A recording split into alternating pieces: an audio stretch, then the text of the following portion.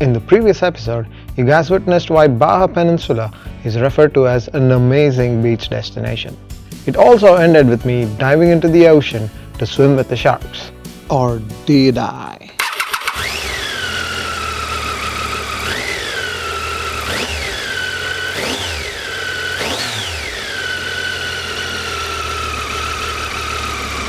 Before sharks, I must introduce you to bikers in the video montage. I met them just north of La Paz, a group of 3 bikers. I was desperately looking for someone to speak English with, so obviously, I stopped. This guy was Scottish, don't remember his name. He was passive aggressive towards my home country, so he can f*** off. The other 2? Robert from Norway and Mike from the US. Both were great guys and they were traveling down to Argentina as well. As I mentioned before, I arrived at La Paz awaiting to board a ferry to Mazatlan, which is in mainland Mexico.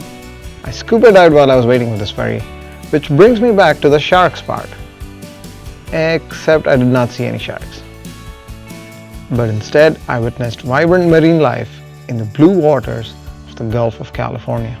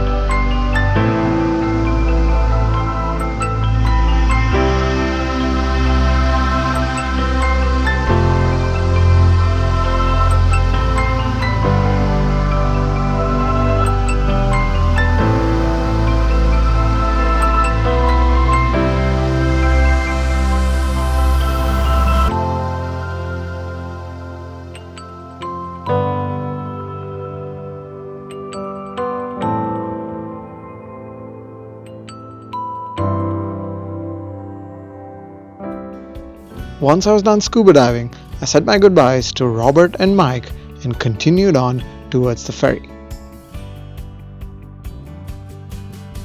It was a little more than a ferry actually. It was a whole ship, and I had to go through customs first. By the way, entering Mexico, remember the passport stamp miss that I mentioned in the previous episode? Yeah.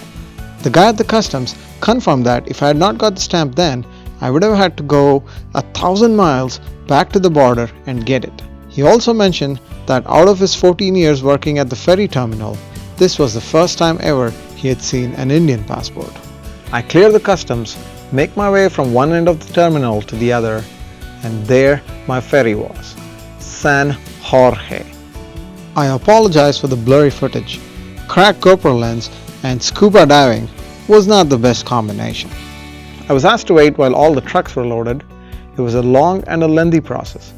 I made friends with some Mexican truck drivers while we were waiting. After a 2-hour-long wait and all trucks loaded, it was my turn to board the San Jorge. I parked my motorbike as the crew pulled the anchors up. On board, it was nice to enjoy some wind without having to ride my motorcycle. I met Mario and Jesus, truck drivers who did not speak a word of English yet gave me a tour of the entire ship, purely body language communication. This was just the beginning of Mexican hospitality. They even told me where the locals like to sleep on this ferry. The top deck was filled with snoring Mexicans. So I did nothing different. I laid my sleeping bag and my camping mat and slept on the top deck under the starry night sky. And somewhere between La Paz and Mazatlan, I crossed the Tropic of Cancer. 15 hours in on the ferry. Not one person spoke English, so you can imagine how lonely I feel at this point. But the ferry has reached Mazatlan. It's probably like 30 minutes. It's ready to dock. So I am ready to get out of here. Although the experience was incredible, I'm ready to explore mainland Mexico. Mazatlan in mainland Mexico is supposedly a high cartel active area, and I personally experienced the dangers in this area. Hear me out here. I checked in late to the hotel. That's because on my way from Mazatlan, I will lose 1 hour, so I did not estimate that, and I arrived at 7:30 instead of 6:30. Oh, by the way, if you like this T-shirt, be sure to check out gofree.in. One of my good buddies has come up with a lot of designs specifically for motorcycles and motorcycle travel. I'll make sure I'll put the link in the description below. But I've got ADD. Back to the subject. With little Spanish I knew, I found out that everything closes at 8 p.m. At 7:45, 8 p.m. and that's when I checked in. The guys over there realized I didn't have dinner, so one of the guys from the reception, when I was taking a shower, knocked on my door and he brought me this. A liter of water, some chips, an apple to keep me away from the doctors, some cookies. I'm sure it'll be yummy. Oh, it looks like it's bread. Oh, it's a sandwich. What a nice guy. And half a liter of milk. But he told me that he also rides motorcycles, and out of mutual respect, he got that for me and he didn't even take money from me. And that's not even the best part. He brought that when it was raining outside, and he took his motorcycle in rain, got me food from like 3 kilometers out of here, and he rode back and gave me food. So here you go. That was a dangerous act, wasn't it? That's what the mainstream media portrays about Mexico. Anyway, the terrain went from desert to jungly and to mountainy. Not too long before, Mexico City was in the vicinity. Like any big city, Mexico City was not free from any traffic. It was terrible actually.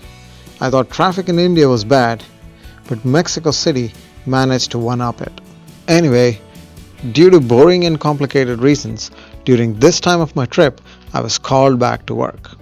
One of my good soccer buddies, Jorge, had his brother living in Mexico City. He kindly let me store my bike in a secured underground car park where my bike would remain for the next 3 months. I packed my bag, took only the essentials, caught the first flight out of Mexico back to Detroit. This is also a good time to end episode 7, and in the next episode you will see me resume my adventure just before Christmas.